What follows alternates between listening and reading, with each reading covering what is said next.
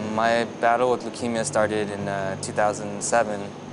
I was just going to school and I came back home to do rotations. One day my nose started bleeding, which is very common for me, so I didn't think anything of it, but after 2 hours of it not stopping, I was kind of worried and I should go to the hospital, but at that time I didn't have insurance, so that was a big thing that was stopping me, but I knew better, and so I went to the hospital and they tested my blood and they stopped the nosebleed, and about an hour later they put masks on me, and they put masks on everybody that was around me, and they moved me to an isolated room.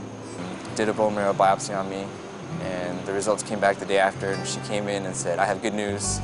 You have leukemia, but it's curable." But we started chemotherapy within 2 days.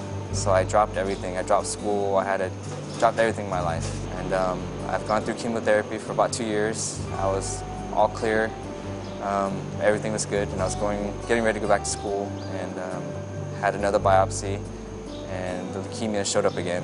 So that's when the doctor said, you know, we need to send you to a bigger hospital, and you need to have a bone marrow transplant. And that's where my real journey began, because that was pretty much life or death right there.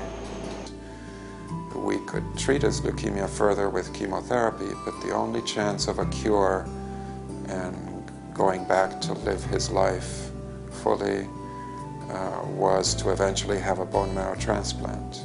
We talked about whether he had family who could donate, brothers or sisters, and unfortunately there were none. Well, then we started looking for an unrelated donor, and with the knowledge that for Asian patients it's a little more difficult because the amount of available donors is limited.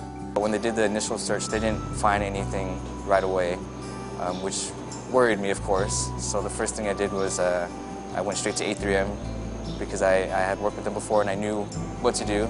So I went to A3M, asked for their help to get the word out in the Vietnamese community, and we started a group, my group of friends and family, we started a group called Team Matthew, and it was just a way of gathering people to help me have volunteers at bone marrow drives.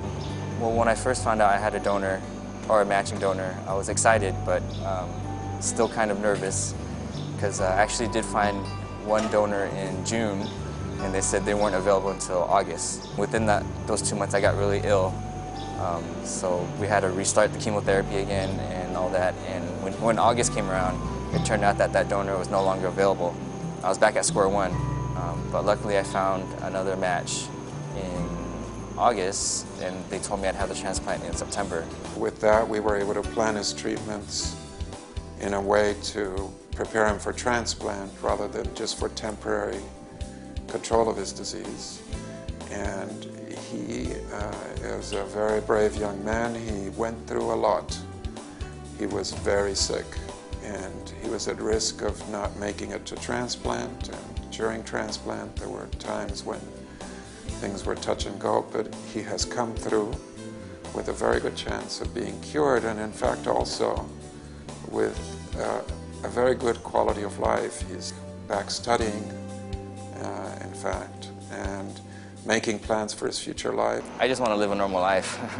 A lot of people take that for granted as well. I just want to be that random person you walk by, or someone can just say, you know, I never knew he had a bone marrow transplant, but I just want to have a family, grow old, and have kids, and that's it.